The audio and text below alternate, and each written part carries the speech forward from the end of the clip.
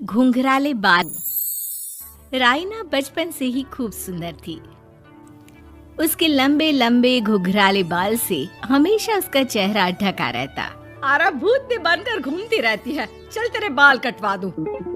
अच्छा, क्यों भला? स्कूल में तो सारा वक्त बांधकर घूमना पड़ता था। अब तो मैं कॉलेज जाऊंगी और बाल खोल कर घूमूंगी। हाँ। अरे ये बाल देख रही है, ऐसे लगता है जैसे मधुमक्खी का छत्ता।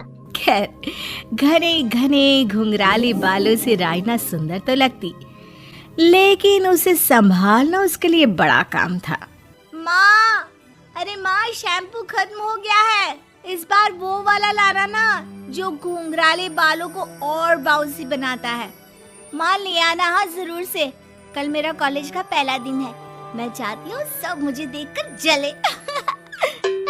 अगले दिन राइना कॉलेज पहुँचती है, जहाँ एक लड़का उसे छेड़ते हुए कहता है, अरे लगता है चाउमीन में सोया सॉस कुछ ज्यादा ही गिर गया। अरे मुझे तो चेहरा दिख ही नहीं रहा। लड़कियां भी राइना का मजाक उड़ाती है। अरे यार, ये कंगना की कॉपी करके कौन आया है? लोकल कंगना, और कौन? राइना को सभी पर गुस्सा आता है, लेकिन वो कुछ नहीं कहती। स्कूल में तो बाल बंधे ही रहते थे, लेकिन कॉलेज में राइना एक लड़की से कहती है, हाय, मेरा नाम राइना है, मुझे आर्ट्स डिपार्टमेंट में जाना है। कहाँ से है रास्ता? अपने बाल हटाकर देखो, सामने ही बोर्ड लगा है। राइना को कॉलेज में भी दोस्त बनाने में दिक्कत आ रही थी। वो रोते रोते घर आ जाती है। माँ, मैं क्या करूं? आज तो सारा दिन लोगों ने न जाने क्या क्या बोलकर मेरा मजाक ही बना कर रख दिया। माँ, प्लीज कुछ करो ना मेरे बालों का। मैंने तो पहले ही कहा था कटा दे, पर तू। अरे कटाने से क्या होगा, उल्टा जो थोड़े बांध कर ये इन्हें समेट सकती है ना, वो भी नहीं कर पाएगी। तो क्या मेरी कोई दोस्त नहीं बनेगी कॉलेज में, या मैं हमेशा लोगों के मजाक का ही शिकार होती रहूंगी? राइना जोर जोर से रोने लगती है। तभी उसका छोटा भाई आ जाता है और राइना के बालों के बीच एक पेंसिल छुपा देता है। तभी उसका दोस्त भी पीछे से आ जाता है। अरे ढूंढो ढूंढो, कहाँ है पेंसिल? मैं नहीं बताऊंगा। दोस्त काफी कोशिश करता है, लेकिन उसे पेंसिल नहीं मिलती। वो वहाँ से चला जाता है। थैंक्स दी, आज आपके बालों ने तो मुझे बचा ही लिया। अच्छा, बहुत दिनों के बाद बालों को लेकर कुछ अच्छा सुनने को मिला। मुझे भी पहले लगता था कि मेरे बाल सबसे सुंदर है, लेकिन अब पता चला। अरे क्या पता चला, क्या हो गया? देख, किसी भी चीज के ना दो पहलू होते हैं। या तो तुम बालों से ही लोगों का मन जीतो, या फिर रोते रहो। अब ऐसे घने बाल तो तुम्हें भगवान ने दिए हैं।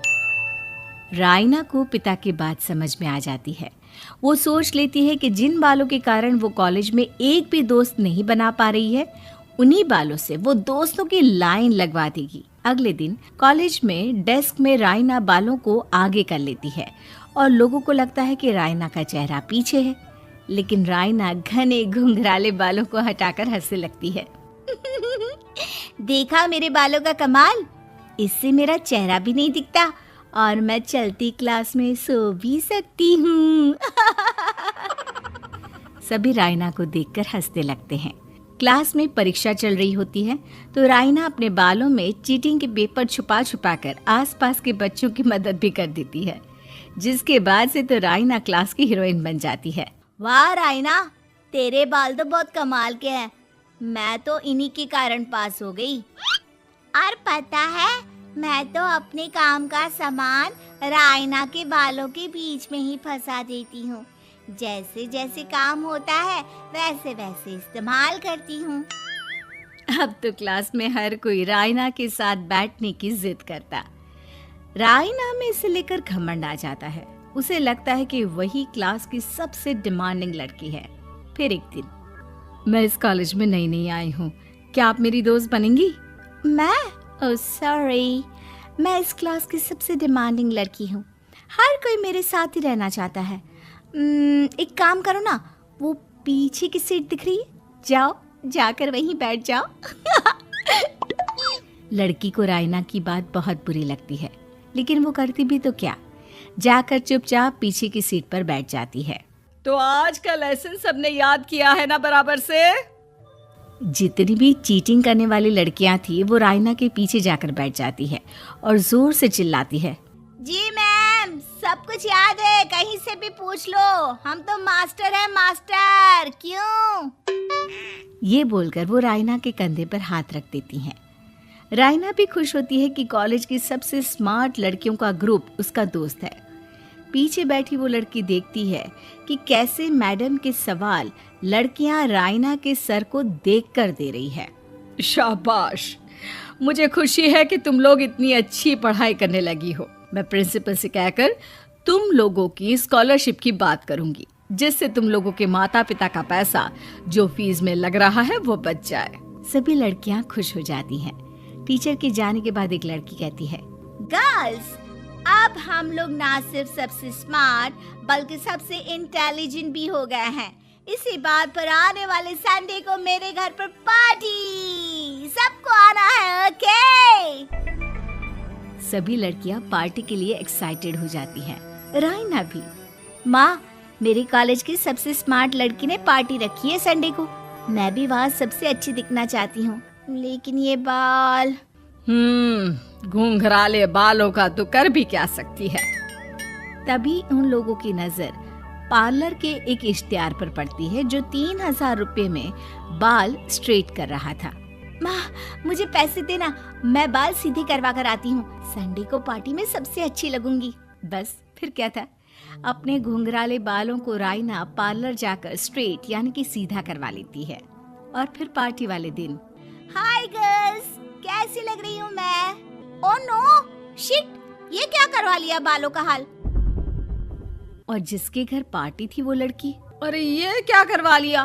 तुम्हें मालूम नहीं है, जिस बालों में चीटिंग रखकर हम लोग टीचर के अगर इम्प्रेशन जमाते थे, उन बालों को तुमने। अरे हमें तो स्कॉलरशिप भी मिलने वाला था, अब तुमने बाल सीधे करवा लिए, अब तुम हम लोगों के लिए किसी काम की नहीं हो। अरे लेकिन हम दोस्त तो है ना, क्या मैं अच्छी नहीं लग रही हूँ? हमें तेरे अच्छे और बुरे लगने की कोई जरूरत नहीं है।